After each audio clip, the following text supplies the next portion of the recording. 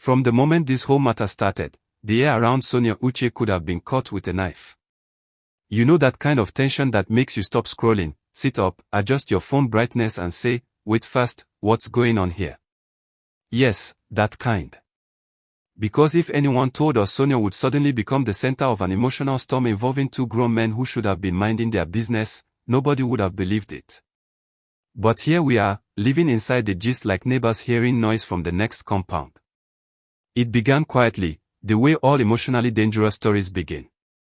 Sonia was just there, doing her work, smiling, laughing, acting her roles, minding her fine self. Meanwhile, two men were slowly, silently developing feelings that could power a generator for an entire estate.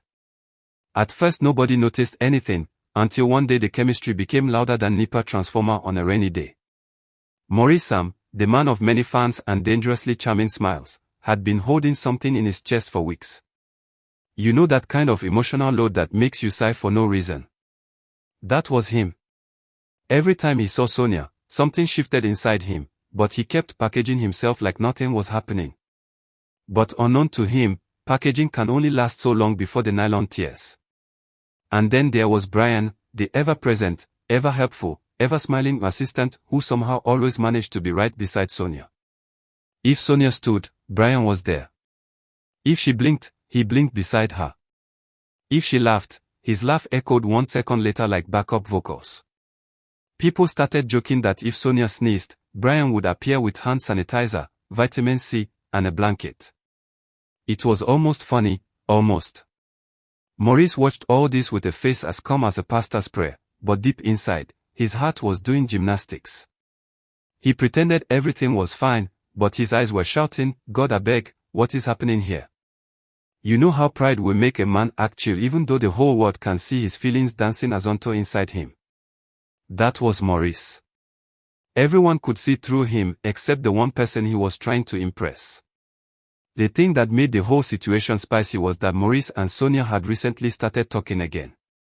Not in a dramatic, romantic way, but in that gentle, slow, subtle reconnection that gives you hope even when you pretend nothing special is happening. Their conversations got longer. Their smiles got softer. Their energy shifted. The crew on set started watching them like reality TV. But as their connection rebuilt itself, something else began building on the other side, Brian's suspiciously consistent presence. Every day, every time, every moment. Brian was there. Standing beside Sonia like her personal security guard, PA, stylist, emotional support, and bodyguard all in one. Maurice pretended not to notice, but the jealousy creeping up in his chest was beginning to choke him like poorly timed pepper. One day, he snapped. He didn't shout. He didn't argue. He just reached his limit. You know that quiet anger that is scarier than yelling? Yes, that one. Maurice walked up to Brian with the calmness of someone who had rehearsed the confrontation in his bathroom mirror. He told Brian, politely but firmly, to give him some space with Sonia. It was the calmest word declaration anyone had ever seen. Brian was shocked, not because Maurice said it, but because Maurice finally admitted out loud what everyone already knew.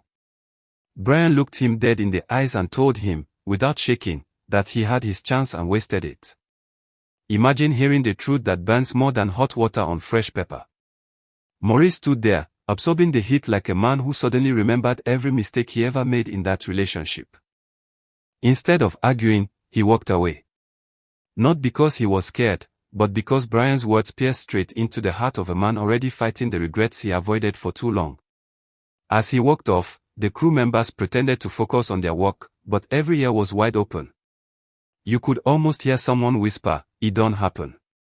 From that moment, something awakened inside Maurice. A kind of emotional reset.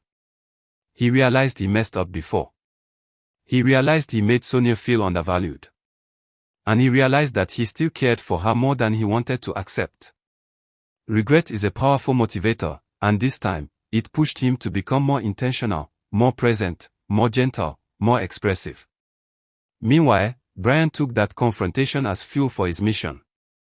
Instead of slowing down, he increased his efforts. If he was helpful before, he became 10 times more helpful. If he was attentive before, he became 20 times more attentive. He brought extra care, extra kindness, extra consistency, as if he knew he was in a competition and refused to lose. So now, without saying a word to each other, these two grown men entered a silent battlefield, a competition of presence, emotion, effort, and timing.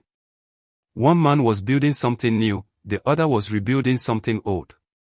One was steady like a river, the other was passionate like a storm. And Sonia. She was right in the middle, trying to act normal while her whole emotional world quietly turned upside down. The funniest part is that Sonia noticed. Of course she noticed. Women always notice. But she wasn't sure how she felt about the sudden shift. On one hand, there was Maurice, history, connection, comfort, chemistry. On the other hand, there was Brian, consistency, patience, kindness, availability. Her heart wasn't confused because she didn't know what she wanted, it was confused because she knew exactly what she was feeling, and it scared her. Days passed, and the tension grew thicker. The crew whispered. Fans observed. The energy on set changed. Something was happening, and everyone could feel it, even the camera seemed to capture the tension like it had its own gossip blog. No decision had been made. No final word. No winner. No loser. Just three hearts trying to navigate something complicated, emotional, and silently explosive. And the narrator, you and I, are left watching this play out like a movie that refuses to end at the good part. This story isn't over. The triangle is still active. The emotions are still loud. And the ending. Only time will tell whose effort, whose consistency, whose heart will win in the end. But one thing is sure, you need to stay tuned. Because what's coming next will either break the internet, melt hearts, or start a fresh war in the comment section. And trust me, you don't want to miss a single second of it. So, if you enjoyed this gist, if you felt your heart beat even slightly, or if you want part 2, part 3, or the full-blown movie version, make sure you hit the like button, subscribe, and drop your thoughts below because this story is far from finished, and your comment might just be the next plot twist.